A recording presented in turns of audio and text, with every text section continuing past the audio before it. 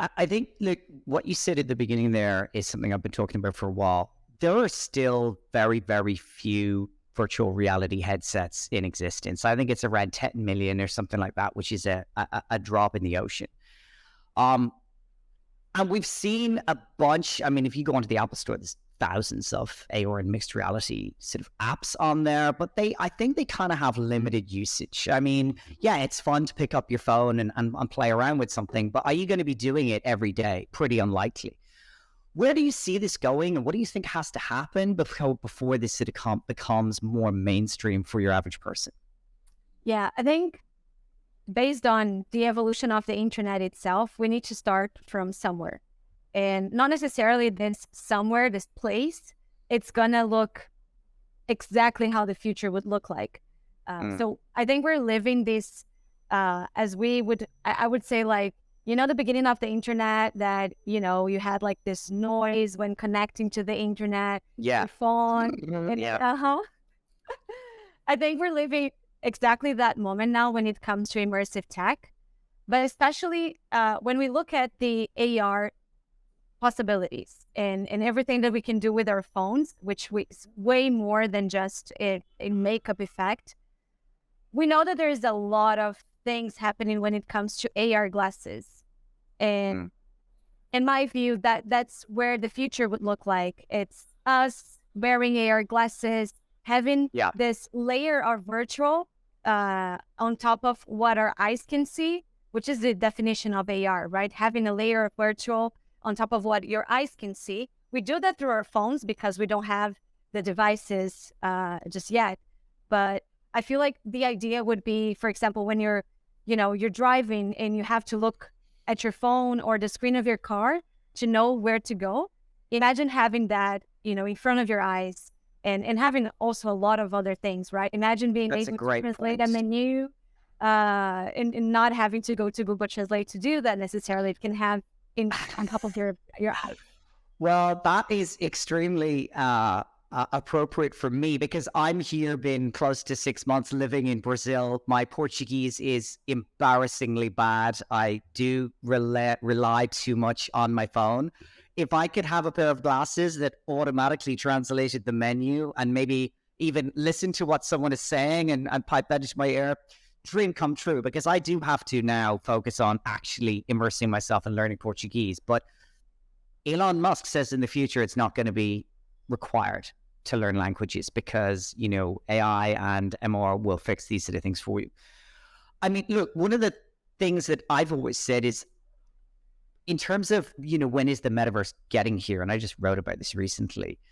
People are really impatient. I mean, it was about just over a year ago that Facebook renamed to Meta. And I've been talking about the metaverse in what I do for quite a while before that. And people used to look at me like I had two heads.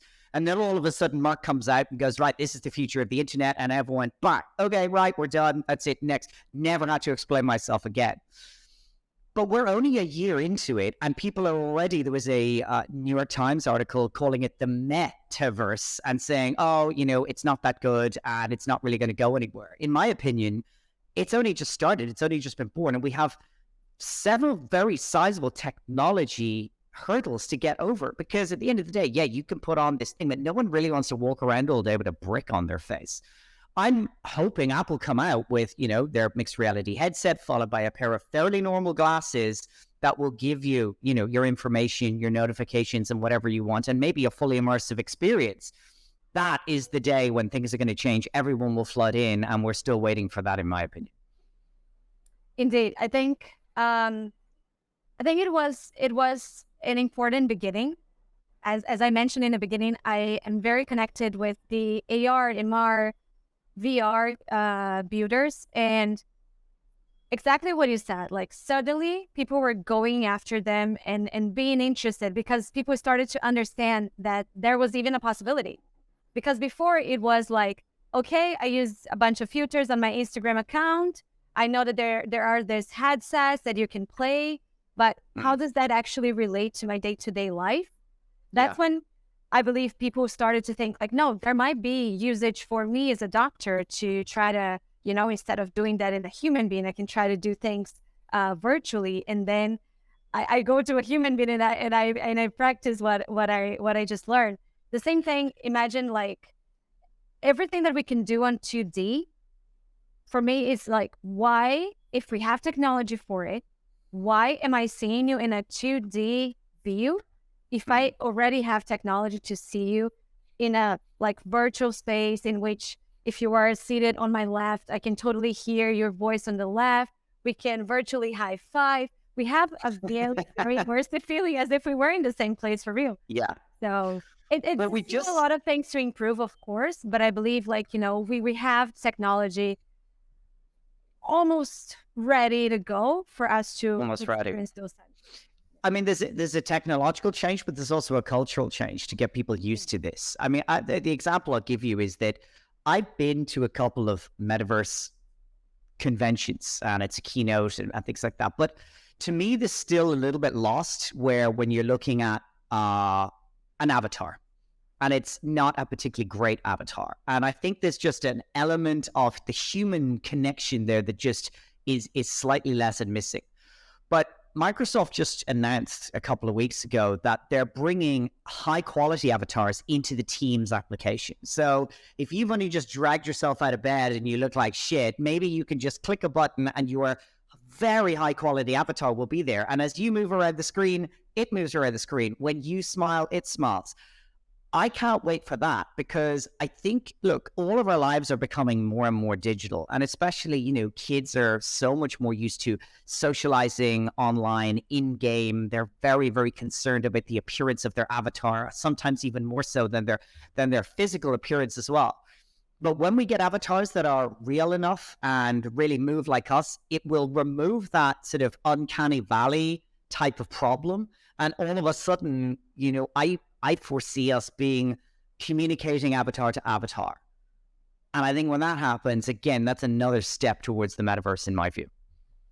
Me too. There are a lot of companies doubling down when it comes to the avatar quality. There's still a bunch of things to evolve for this to look like us, but things are coming. Even Meta last year on the Connect event, they were sharing a bunch of studies and things that are already on the go when it comes to very realistic avatars. My question to you is, would you like to look as yourself as an avatar, or would you like to look different? That's a very good question. No, I'd like to look like myself for sure.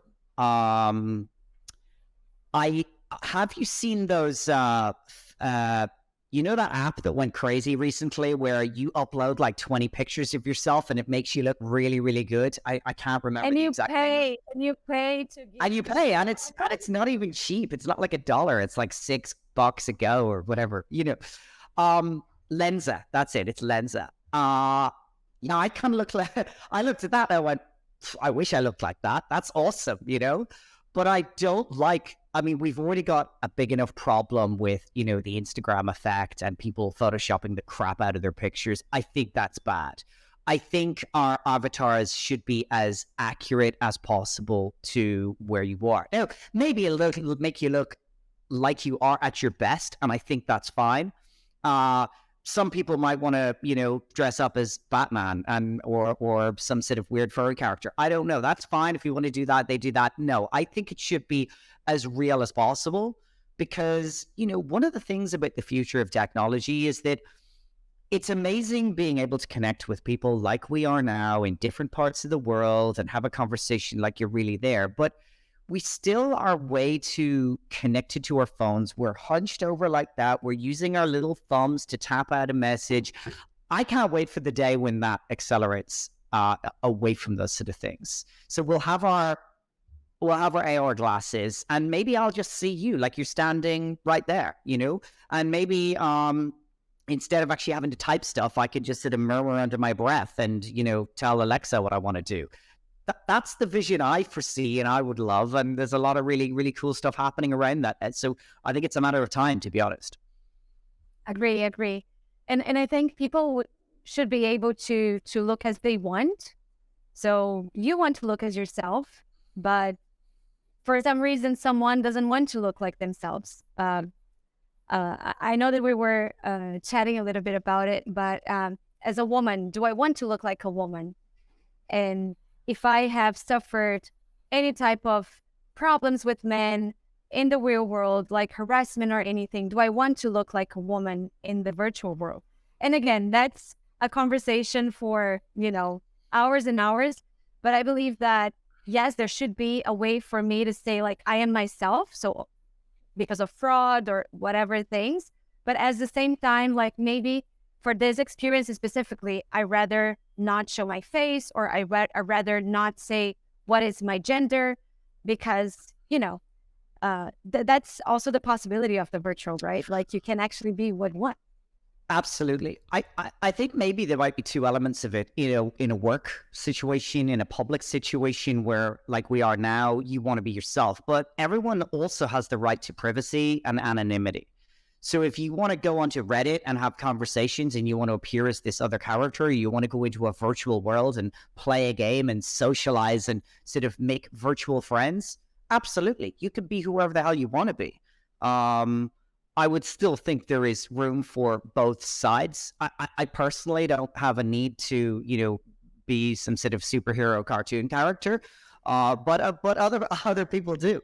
But as you say, it's that anonymity around, your gender or something like that. And I think, look, this brings up a great point.